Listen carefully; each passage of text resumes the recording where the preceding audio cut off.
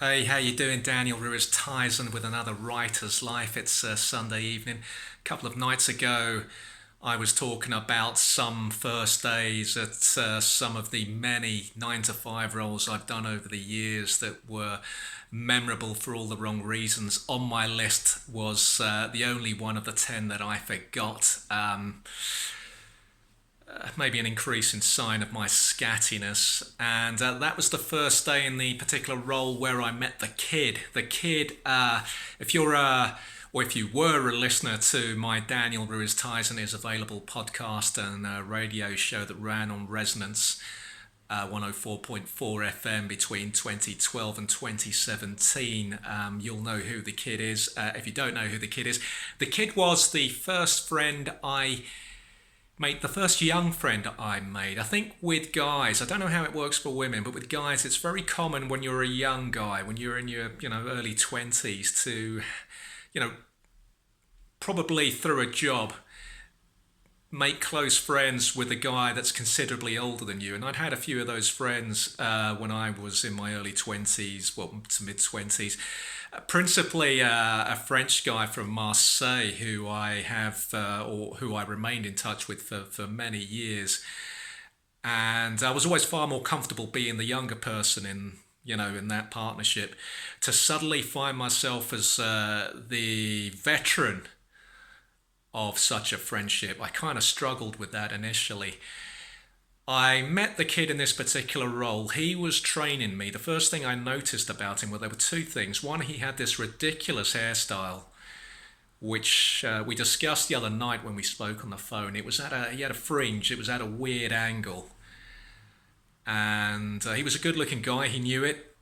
The other thing I noticed was he had a gold-plated mobile, which I thought rather vulgar, and he didn't stop looking at the mobile. So we were allocated this small training room, and my training was taking place in this room. Something happened to the PC. It was a desktop PC, and I would have thought him being the guy that is training me, he would have gone under the desk himself to check all the cables, but he just sat there looking at his phone. So I was the guy that went under the desk, checked all the cables, got up, looked at him. He was on his phone again. I think he was posting Facebook updates. But as I got to know him better, I realised that every time someone new started in the role, he would be on WhatsApp bitching about the new person he was training to other colleagues. And as I told him much later on, I assumed that he may well have been doing that about me as well on my first day.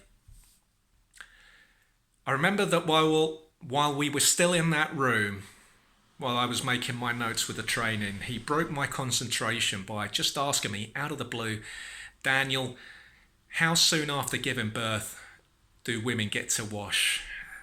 And I just thought that's a really strange question. Even if I'd known someone for years and they asked me that, I don't know. That just doesn't strike me as a normal question. The friendship, well, it did become a friendship, even while we were working. For me, I always think that the true test of any friendship that is built in a 9 to 5 role is what happens when you leave that role. I think with the kid, there was no chance of that friendship being lost. He was very keen to maintain contact, and I came to understand that he didn't have many friends because a lot of guys had problems with his ego. So we remain in touch to this day. I think we kind of bonded over one of my two tried and tested anecdotes. Remember, I told you, I think last week, that I had two anecdotes that always work. Well, one was the first day story I mentioned a couple of nights ago, my first day in a security job when I was sent into the car park, to the underground car park, to apprehend a guy that was self-abusing himself in front of the cameras. The kid loved that. After that, he was never going to leave me alone. He started laughing out really loud, and I thought, I've made a mistake here telling him this story, because he is now going to think that there are no barriers in what we might discuss while we're still getting to know each other, and so it proved. The other tried and tested anecdote, of course, is the one about the Empress Dowager, the Chinese Empress's oversized anus that she liked her lovers to tickle. I didn't tell him that one. I thought that one might go over his head. So we spoke the other day, and I was looking at the time on my laptop. The calendar suddenly told me it was the 15th of August, and I suddenly remembered his birthday. I was 2 or 3 days out, and I'm getting worse with birthdays every year. I used to have a good memory for these. People always forget my birthday. I tend to keep it very quiet. But your friends should know when your birthday is, and unless I mention it, they'll never give me the birthday greeting. So I said to the kid, "Oh, happy birthday! Happy birthday! Hope it was a good one," because I knew I was a day or two out. And he said, "Yeah, thanks. It was a couple of days ago, actually." Rather than saying, I thought he could have said, "Oh, thanks. Yeah, it was on Monday. I had a nice day." No, you could tell there was something in his voice that suggested he was disappointed. We went on to discuss the possibility of giving him swimming lessons. He still can't swim. He wants to do more than just be able to sit poolside looking good in his trunks. And I just thought it's not going to be possible to go into the water with this guy and teach him, because he's a guy who shaves off every single hair on his body except the nether regions. He goes in the water with a guy who's got a bit more body hair coverage than him. He's not going to be able to cope with that. We haven't decided then whether I will give him the swimming lessons. I don't think I will. Another thing, and this is the thing, this is a measure of the kind of friendship that it became. He told me once that he had a very curiously located birthmark, something that only his parents knew. He's got 3 siblings. None of them know. It's just his parents and me who are aware of the location of this birthmark. And I was just very uncomfortable with that. But being something of an amateur dermatologist, I did try on the final episode of Daniel Ruiz Tyson is available, the Christmas 2017 show. I tried to I did run through some examples of what it could be. 5 possibilities. My hunch is that it's a macule. It's not a raised lesion, as the kid said. It's flat. It doesn't feel bumpy at all. It's just a tanned lesion. He didn't particularly care.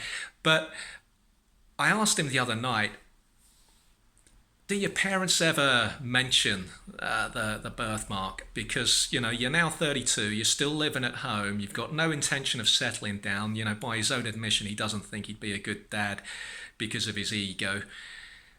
And maybe if I had a child that had a curiously located birthmark, I might, as they got older, if I saw that they were still living at home when they should have moved out, I might be thinking, I wonder if this is related to the birthmark. I wonder if the birthmark has impacted on their confidence, perhaps. Maybe I should discuss it with them.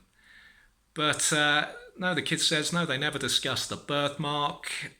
Still living at home with people who know where your most intimately located birthmark is. I would find that unsettling.